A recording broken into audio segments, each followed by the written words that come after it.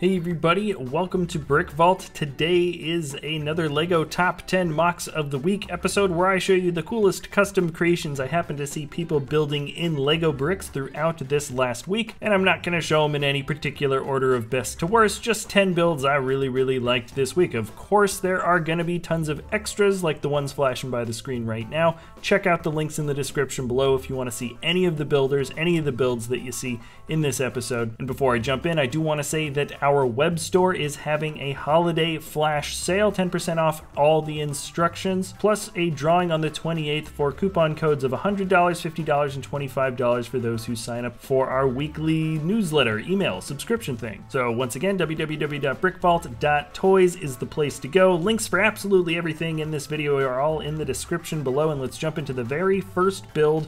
Right here is Rocco Buttliere's Imperial Rome. It's a micro scale build and it is absolutely amazing. I have seen some progress pics for quite a while coming from this guy, and I don't know if he just recently finished it, but this is the first time I'm seeing a finished product and it has turned out way cooler than I initially imagined. Large scale builds often can go one of two ways. Either the build is impressive because of its size, or it's impressive because of its size and the excellent build quality that goes into the creation here, and this is absolutely one of the best micro scale structures, series of structures I should say, that I've ever seen. I mean, this guy really went big in terms of going small. First off, the city planning here I think is almost perfect in terms of historical accuracy. So the structures and the placements of the structures should all pretty much be the right size and correctly placed, but even when you look nice and close, he decided to use a ton of 1x1 tiles, for example, when making up the tiled street around the Colosseum. And honestly, I don't know if I can start pointing out specific little examples because there's about 110 that I could probably start ringing off the top of my head. So you've been seeing several pictures fly by in the video here, but there are a ton more on his Flickr. I highly recommend that you go check this guy out. You simply will not see a micro build this good come around the bend for I think quite a long time, and this is probably going to go up as simply one of the best micro builds in LEGO history, perhaps? Somewhere around there. Anyways, let's move on. This is a totally different kind of style. From John Moffatt, we have the Iksandrian Heavy Aerosan. Hope I'm saying that right, but it's basically a snow tank or armored vehicle. It's got skis or pontoons that it can kind of slide around on the snow with. The whole thing is cough propelled by a large propeller in the back, and personally I just think the nice monochrome white detailing pops quite well. And there's also a few other interesting related creations that I think matches up, like this other sort of troop transport. And then of course he had to recolor both of the builds with ice planet colors, one of my personal favorite themes. And we are jumping over to another not necessarily micro build. This is the LEGO Northrop N9 M8 Flying Wing, and the builder is BigPlanes. I don't know much about the history of this plane. It does look like it could be fig scale or close to it if this is like a single seater, and I believe this is indeed a plane that did exist at some point in history. Sorry, I haven't done a lot of research. I just really loved the way that the slope detailing matched up with the nose, and along the entire edge of the wing you can see that the body of the wing is a series of sloped bricks built on their sides, as well as hinged bricks that aren't built on their sides, or perhaps the studs are just facing a different angle. Not necessarily an easy creation to put together, and there's a lot of expert techniques, I think, hidden away to make this shape look so incredibly smooth. Next up is a builder that almost always gets into some of the other recommended, but I haven't put on top 10 for quite a while, but I absolutely love chubbybots Mighty Mech, or I think it's called Mighty Mech Frame V3. This big, bulky, and greebled creation has a lot of animation to it. The arms are quite bulky, but from a distance, there's actually quite a fluid motion for the shoulders and bend at the elbow. The weapons are also built quite creatively, with the hammer being made with the car hood pieces right in the front, and the energy sword made of those trans blue flag pieces is a truly creative idea. I highly recommend you check out chubbybots in the description below if you haven't already. He's got a lot of really amazing creations out there. And then recently this designer won the Ideas Vintage Car Contest, and I had to take a look at the Flickr, and the latest creation here is absolutely amazing. This is the Chavy Advance inspired vintage truck, so not exactly exactly the Chavy Advance, but certainly as close as I think you might get to it in Lego bricks. The series of smooth slope pieces in the front and the grille made of axe heads is awesome. It shows that the tires turn here. I don't know exactly how posable or turnable they are on a grand scale, but it's cool that you can do these fun little poses on such a small fig scale build, and I appreciate the pistol piece used for the exhaust in the back. Now next up is a build from, or maybe two builds from Chris Perron. It's called Lost Ice Penguin. What we have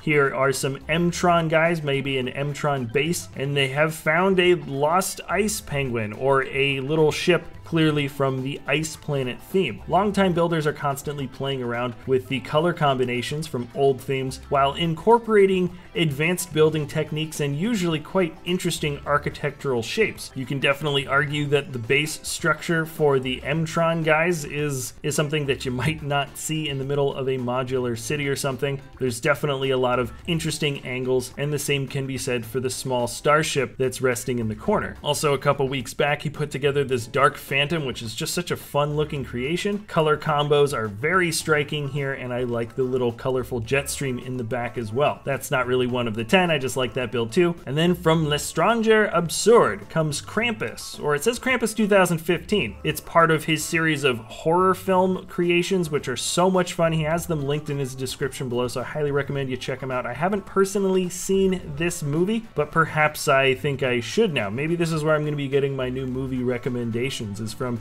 Lego custom builds. Clearly this image is very disturbing. I love how clean cut it is, and I can't tell if that black bullion piece in the center is supposed to be a gaping hole or just a black covering. I guess I'll have to watch and find out. Now we're getting into the final two. This is from a builder, Joshua, and it's probably one of the single most ambitious modular designs that I have ever seen. Period. It's called Dancing Modular, and I don't even know how to classify this architectural style. I truly don't. The window frames are shooting up like hot steam or flowing water. I'm assuming there's a series of interesting hinge pieces there. Maybe some are held in by tension. And then on the other side of the corner build, we have waving glass. But not just interesting wavy patterns on the side of a building. One of the waves makes a balcony for the top floor, and the inner wave below has windows built into it that match up with the angle. There's even some nice attention given to the back of the modular with some interesting shapes as well. And I'm not going to get into the entire interior, but this is a very, very complete model. And frankly, I feel terrible that I haven't discovered this builder until just now, because I'm searching through their Flickr and we have some amazingly impressive creative designs. Please guys,